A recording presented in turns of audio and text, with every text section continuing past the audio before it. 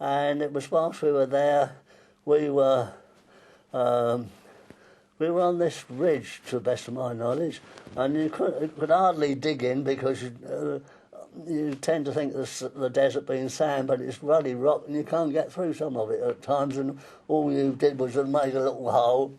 The other problems you had was flies.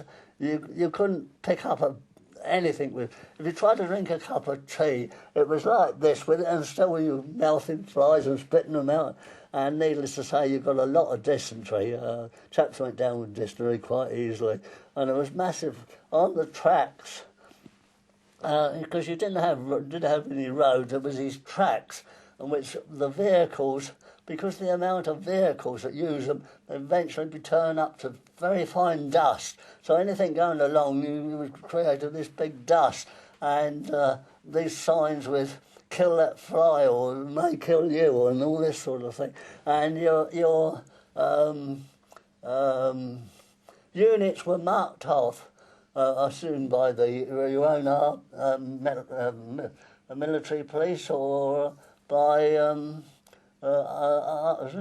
CMPs with a sign which said 44th Div, and then it said 5th Queens or something like that, and this sort of that's how they got round it.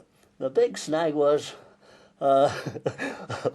when we first went out in the desert was you put a sentry out, you went out on sentry at night time, and then when you came to look for the bloke to relieve you or to come out, he couldn't find you because it's so ruddy dark. And incredible, because you don't realise there's nothing to show, nothing to tell you anywhere, literally, it's a wide open space and that's it. Watson, who was our intelligence officer, quite a lad, because we had several encounters with Derek after the war and the rest of it. And he went out during the night to relieve himself. And he came back and he ended up with in the tent of the A Company commander. Someone barged his way in thinking it was his tent. What the hell are you doing in it? Well, that's the sort of thing that would happen to Derek or would happen to anybody. It was, literally. It was so pitch black at night time when there was no moon, nothing at all. And we took over from a brigade of the Greeks. Oh, they were filthy so. They made no attempt to, as far as urinals or anything at all.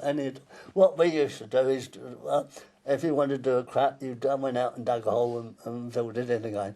But we put with the carriers, we used to get petrol came up in tins, flimsies they were, but they were thins.